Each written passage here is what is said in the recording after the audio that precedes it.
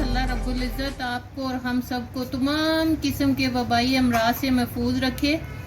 इसीलिए तो कहा गया है कि तुम अपने रब की कौन कौन सी नेमत को झुटलाओगे। अल्लाह की दी हुई नेमतों का कोई शुमार नहीं। इसी दुआ के साथ अपनी रेसिपी का आगाज़ करते हैं। सरसों का साग जो कि बहुत ही मज़े का बनता है। आइए इसकी तैयारी शुरू करते हैं।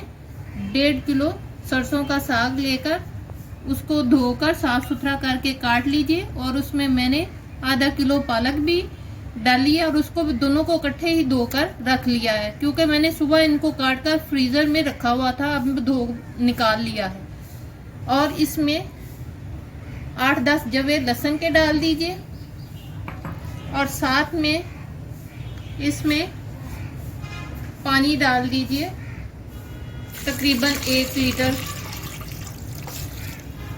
और साथ में ये एक धनिए की गड्ढी, इसको भी मैं धोकर साफ सुथरा करके काट के इसमें डाल देती हूँ और इन दोनों को तकरीबन हल्की आंच पर 2-2.5 घंटे गला लीजिए। इनको मैं गला लूँ, फिर इसके बाद आपसे मिलूंगी। साग को मैंने तकरीबन 2.5-3 घंटे हल्की आंच पर गला लिया है। एक चीज़ जो मैं आपको बताना भूल गई थी, लहसुन के साथ मैंने ये वाली सब्ज मिर्चें 10-12 चॉपर में चॉपराइज करके साथ डाल दी थी गलाते वक्त। अब मैं इस साग को, आप कोई भी साइज का घोटना ले लीजिए, मैं इस साइज का ले रही हूँ और इससे इसको अच्छी तरह घोट लूँ, फिर इसके बाद आपसे मिलूंगी।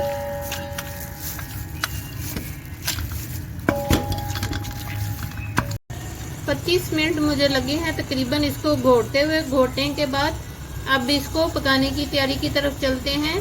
चूल्हे पर रखकर इसमें 1 टीस्पून अभी मैं नमक डाल रही हूँ, बाद में इसको टेस्ट करके डालूंगी। आप अपने टेस्ट के हिसाब से डाल सकते हैं।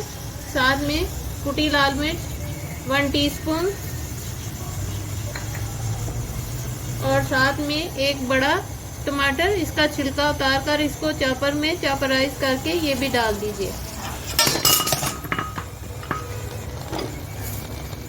और इसको अच्छी तरह मिक्स कर लेने के बाद थोड़ी देर हल्की आंच पर कवर कर दीजिए ताकि टमाटर भी इसमें अच्छी तरह से गल जाए। तकरीबन इसको मैंने 20 मिनट कवर करके रखा था। टमाटर भी मुकम्मल तौर पर इसमें मैश हो गए हैं। आइए अब इसको उतार कर इसके तड़के की तैयारी की तरफ चलते हैं। आइए अब इसके तड़के की तैयारी की तरफ चलते हैं।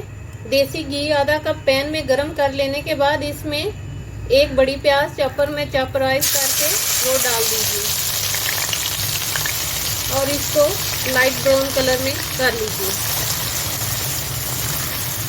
प्याज लाइट ब्राउन कलर में होना शुरू हो गई है। इसमें 7-8 जवे लहसुन के, 2 टेबलस्पून अदरक और 1 सब्ज मिर्च चॉप करके इनको भी डाल दीजिए और इनको भी साथ में फ्राई कर लीजिए।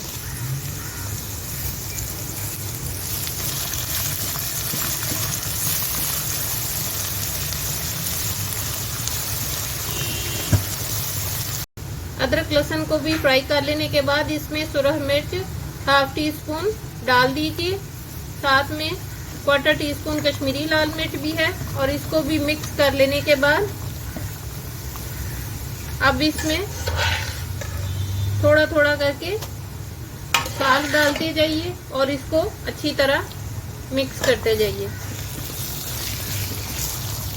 इसको मैं तमाम को मिक्स कर लूं, फिर इसके बाद आपसे मिलती हूँ।